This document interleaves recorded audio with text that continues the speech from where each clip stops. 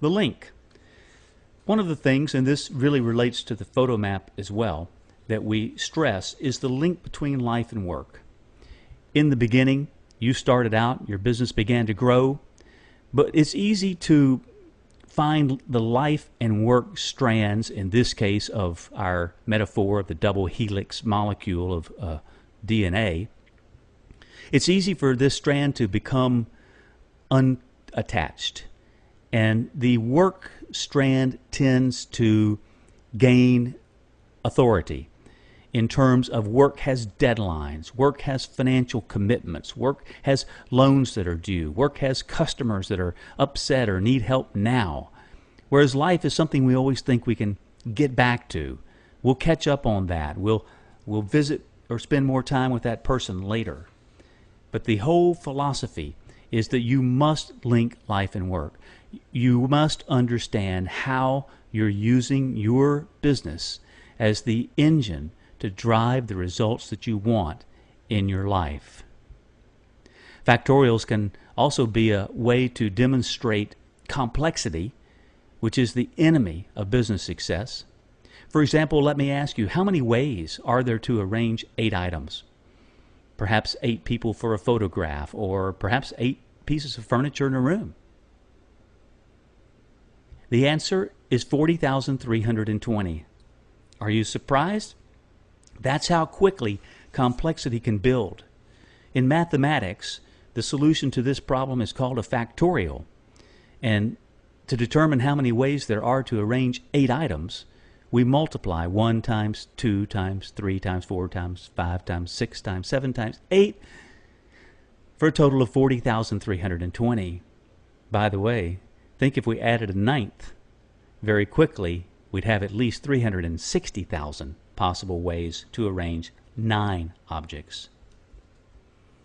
Resource poverty. This is a great term that was first created by a Harvard professor who focused on small business named Amar Beatty.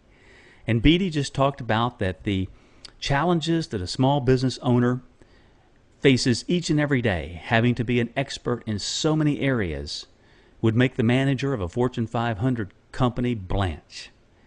So he termed this the flat line, and he said that as you grow your business, the complexity creeps in, contracts, clients, problems, and that the success that you'll have in the future is again going to be based on your ability to identify and remove that complexity from your business, focusing on those things that you enjoy most and those things that you do best.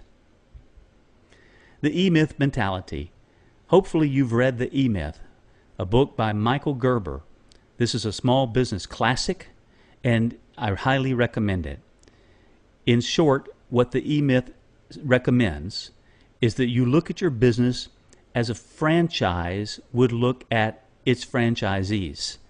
That is, they would build a manual and training guides and processes and systems so that anyone could step in and run that business. If you're not documenting your processes and your procedures, then you are not building a business. You are simply creating a very challenging job for yourself. Claudia post disease. I'm going to again refer you to step 2 in the 8 steps for what I consider one of the most powerful and entertaining business case studies of all time. Claudia Post was a smart and talented entrepreneur who grew her business to $5 million in a relatively short period of time. But she didn't understand why, as sales were growing, that cash flow was diminishing. She didn't understand why she had to liquidate her own savings account and stock portfolio and even pawn some of her jewelry to make payroll. As Claudia said, cash flow, profits, I didn't know the difference. Well, I hope you do. If not, visit the 8 steps. Clouds to columns, also from the 8 steps, is simply understanding exactly where in your business you're making money, where you're not, and doing more of the former and less of the latter. I know that sounds relatively simple, but another concept we sometimes introduce called profit pools is a method toward identifying the specific product lines that are most profitable for you and developing marketing and pricing strategies to take advantage of that in an act that can dramatically increase your net profit margins. Build your designer dashboard. It's very important that you know what numbers are most critical to you. And in good news and bad news, they will not be found on your accounting statements. In fact, your accountant will probably have no idea of what numbers are most valuable to you. These may be numbers such as number of prospects, the number of proposals in the pipeline, backlog of work, it mentions hits analytics on your website. These are the type of numbers. This example is a dashboard that I built for members of our Best Practices Network to enable them to compare the performance of their firms against a sample of successful high-performance firms in a variety of different areas. So this is one example, but it doesn't need to be this complex.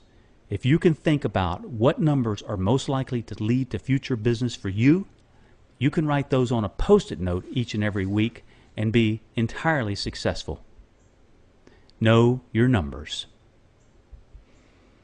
DRM, direct response marketing, is a concept that I introduced to a group of designers a few years ago at a conference in Palm Springs. Again, there's an entire course on direct response marketing in the business school, so I'll stay brief here. But direct response marketing is a way to reach out to prospective customers with a specific offer and a specific deadline for them acting on that offer. To me, it is much more comforting to be able to take control and to be able to do direct marketing rather than to sit back and wait for the phone to ring or hope that maybe after a decade or so word of mouth marketing will work for you.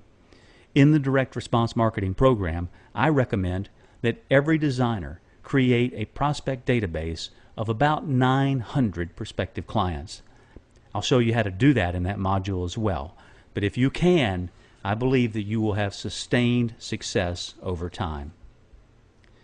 Excess cash. Excess cash was a concept that I created in the 8 steps, and today it's more important than ever. It simply means that if you have debt, then you don't have excess cash because that cash should be applied to your debt. Get out of debt, personal and corporate. Get your mortgages paid off, personal and corporate. Establish tax-deferred savings. Take advantage of these. In other words, find cash that you can get out of your business and invest that in your personal net worth. Have a written plan for financial success. And make the leap. So many times throughout the years, I've had designers that have come to a fork in the road repeatedly. I've always wanted to do this. I've always wanted to do that. I don't know when to add another person. I don't know when to adopt a new technology solution or a new accounting system or a new process.